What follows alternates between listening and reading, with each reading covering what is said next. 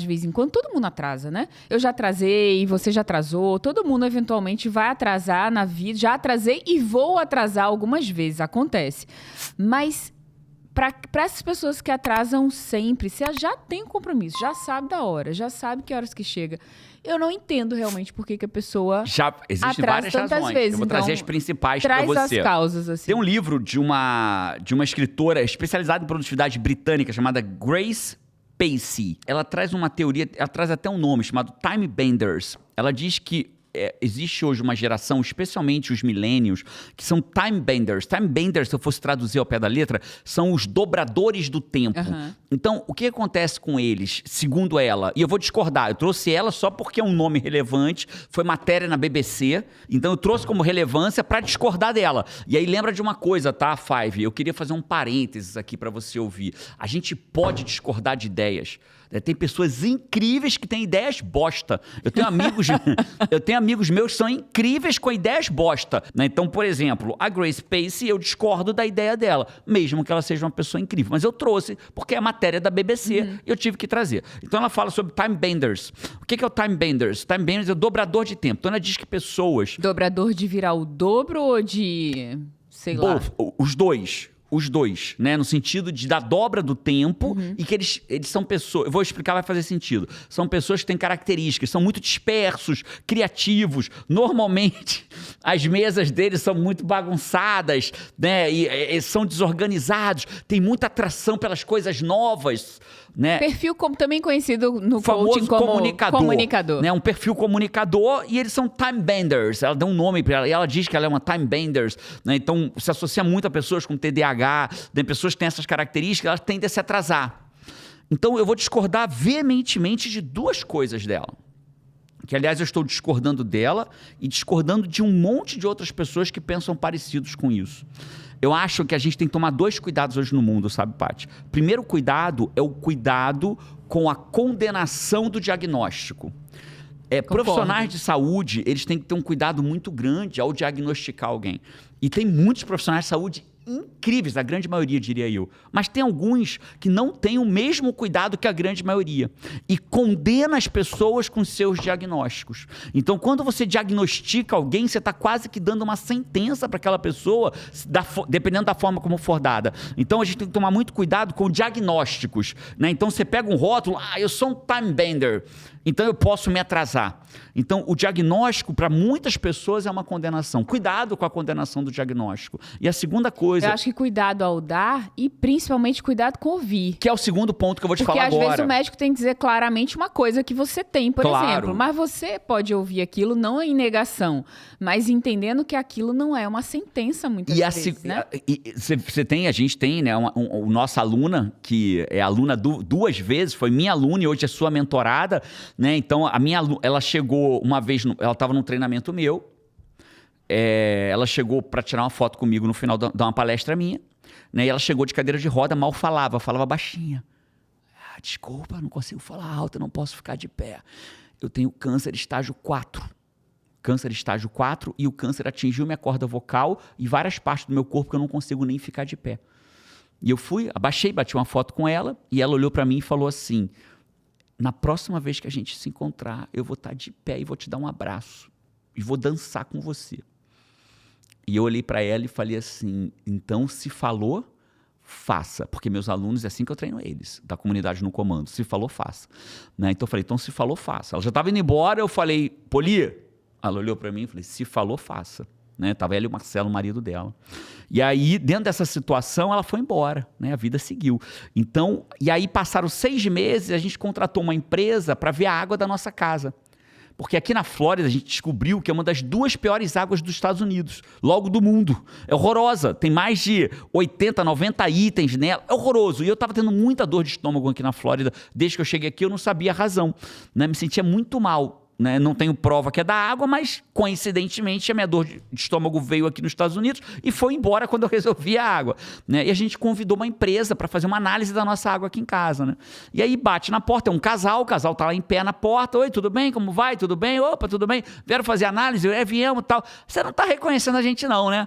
Falei: Rapaz, eu tô. E tava mesmo. Tava achando, tipo assim, eu acho que eu conheço. Conheço essas pessoas, mas não tô associando aonde? Falou, Marcelo e Poliana. Eu não te falei que eu ia estar de pé?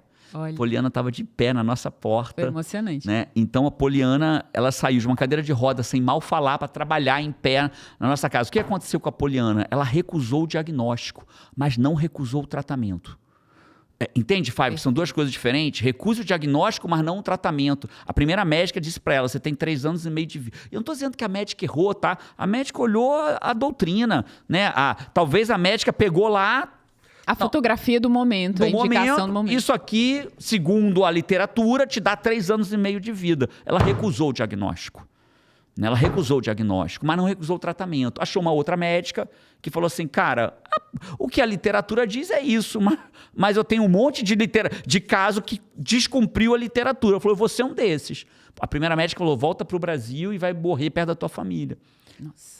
Né? Então, que é o melhor que você pode fazer. Mas falou com carinho, né? Nem que foi uma estúpida, não. Indicação. Ela indicação. E ela recusou o diagnóstico e aceitou o tratamento. Né? A última vez que ela saiu de um nível altíssimo de câncer, ainda tinha célula cancerígena no corpo, mas num nível baixinho, já estava falando, já estava trabalhando. Incrível, incrível, incrível. Então, e antes de entrar nesse podcast, só para te dar uma notícia em tempo real aqui, junto com os Fives, você estava preparando o tema, eu estava aqui respondendo algumas pessoas e entrou um vídeo para mim que eu recebi do Marcelo. Uau! Que ele mandou o vídeo que a Poliana fez lá no Instagram dela e eu assisti o vídeo e ela tava lá de frente pro prédio onde ela tinha ido pra médica e tinha feito o PET scan e tinha dado zero presença de células cancerígenas e tudo mais, né? Ela tá 100% curada, tava agradecendo a Deus e deixando uma mensagem de quanto é importante a gente confiar em Deus e a gente não se abalar em fé. Parabéns, Poli! Que linda você, viu? Que força de vocês, que lindo, que lindo. Eu mandei uma mensagem pro Marcelo aqui e vi um pouquinho antes de entrar no podcast. Então não tem nesse momento um pouquinho de células, não. Zero. Zero.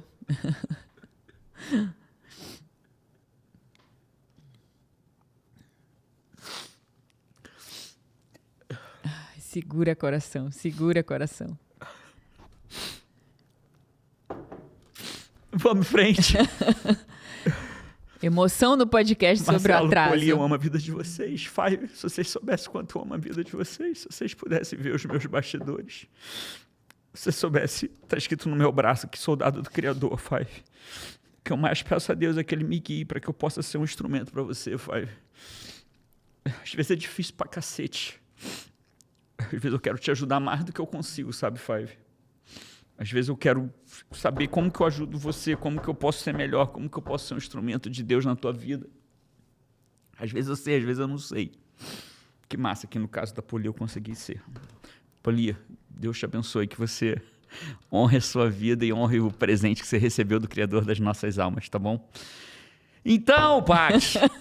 Eu não sei nem onde a gente estava, mas... No recuse o diagnóstico, aceite o tratamento.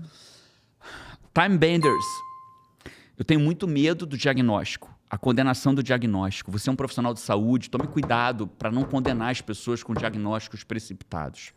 E você que recebe um diagnóstico, toma muito cuidado para você não se desculpar atrás de um diagnóstico. Não se esconda atrás de um diagnóstico. Entende? Aceite o tratamento. Olha o que eu estou te falando, Five. Recuse o diagnóstico. Recuse a condenação do diagnóstico, mas aceite o tratamento. Né? A gente vê hoje, infelizmente, muita precipitação em diagnósticos de doenças mentais, muitas precipitações, né? E o cara pega aquele diagnóstico e ele se aceita daquele jeito. Então, eu discordo da ideia da escritora Grace Pace, porque, na minha opinião, dizer que time benders são atrasados é um diagnóstico que eu recuso e é uma condenação que você não deveria ter, né? Com todo respeito à escritora, né? E eu te diria isso, eu sou um desorganizado, eu sou um buscador de ideias novas, eu sou um cara, se você olhasse minha mesa aqui agora, eu vou mostrar. Ah, meu Deus. Na câmera, eu vou mostrar com a câmera da Paty. Essa é a minha mesa, olha aí, ó. Essa não é a sua mesa, né? É a mesa de apoio do podcast. Podia ser uma mesa organizada. Pronto, olha lá, mesma coisa, mesma bagunça. Então, o que eu estou te mostrando com isso? Cara, eu sou um bagunçado. Claro que é uma exceção, né? E eu recuso o diagnóstico de time benders, eu não sou atrasado, eu sou extremamente pontual. E eu vou te ensinar, Five, a ser pontual. Tá? Então, tem os time benders que vão ter provavelmente uma maior tendência a se atrasar, mas eu não aceito o diagnóstico. Segunda razão. Desculpa. Repete, segunda razão. Tô feliz pela tua vida. Depois você vê o vídeo dela, que lindo, que lindo, que lindo. Segunda razão que faz as pessoas se atrasarem. Valores. Quem é coach formado pela minha escola, a escola que eu fundei, a metodologia que eu fundei, eu tenho trainers incríveis que dão a formação com base na minha metodologia. E essa instituição que eu fundei, a metodologia exclusiva de coach que eu fundei, a gente trabalha muito os valores das pessoas. As pessoas fazem coisas com base nos seus valores. Então, por exemplo, pessoas que têm o valor da honestidade, bicho, elas vão passar necessidade, mas não vão fazer uma coisa ilegal. Ponto. Né? Pessoas que têm o valor da segurança, elas vão ter muita dificuldade de ousar na vida, porque a segurança é um valor para ela. Segurança é um valor para a Paty. Altíssimo. Né? Altíssimo. Então, quando eu tive que largar meu emprego público para viver de coaching, o que aconteceu com a Paty? Eu sentei com ela, peguei um guardanapo literal numa hamburgueria. E nesse guardanapo eu falei, Paty, o que você precisa para se sentir segura? E ela...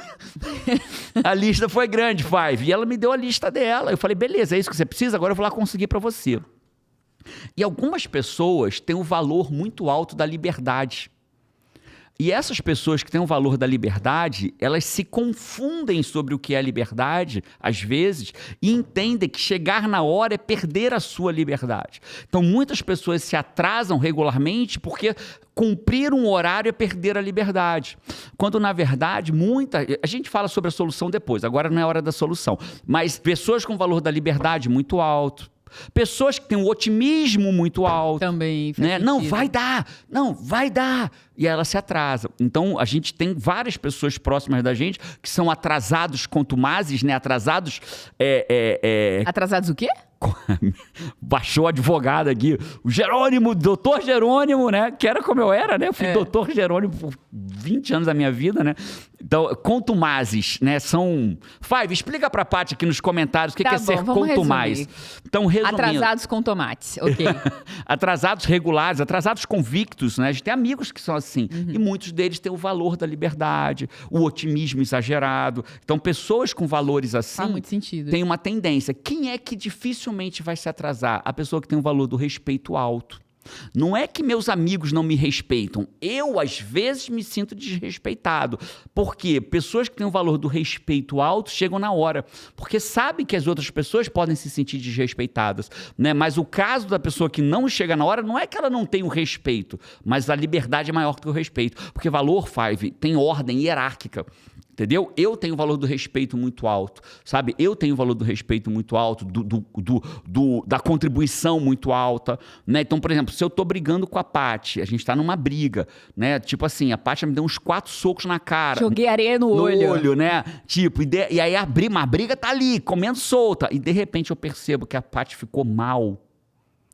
Eu, na mesma hora, a briga quase sempre acaba e eu passo a cuidar dela. Porque o meu valor da contribuição, do respeito Mas demora é muito alto. pra eu ficar mal, porque geralmente eu fico braba. Ela fica brava, é isso aí. Mas se ela ficar mal, acabou a briga. Se a Paty tiver que chorar, se a Paty chorar na briga nossa, né? Agora talvez ela vai ganhar um superpoder aí.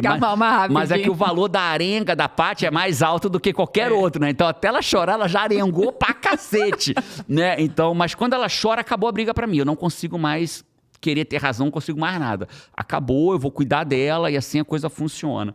Então são valores, né? Então tem valores com pessoas com valor da liberdade. Isso eu já vou resolver agora, Paty, porque eu não tinha nem colocado como solução para essa pessoa, né? Mas o valor da liberdade, a pessoa que tem o valor da liberdade, ela não percebe, mas a grande maioria fica presa na necessidade de ser livre. É assim, ó, Paty, algumas pessoas têm tanta necessidade de ser livre que elas se aprisionam nessa necessidade. Então, vou dar um exemplo. Né? Às vezes as pessoas se tatuam toda porque tem a necessidade de provar que pode fazer o que quiser. Não é que todo mundo é assim. Alguns metem piercing, tatua. Algumas pessoas fazem muito sexo pela necessidade de provar que são livres. Aí não chegam na hora, eu chego a hora que eu quiser, eu sou livre. Mas ela não percebe que ela está presa nessa necessidade. Então, como é que você se livra disso? Entendendo que liberdade não é chegar a hora que você quiser. Liberdade é você poder escolher o que você quer, inclusive chegar na hora.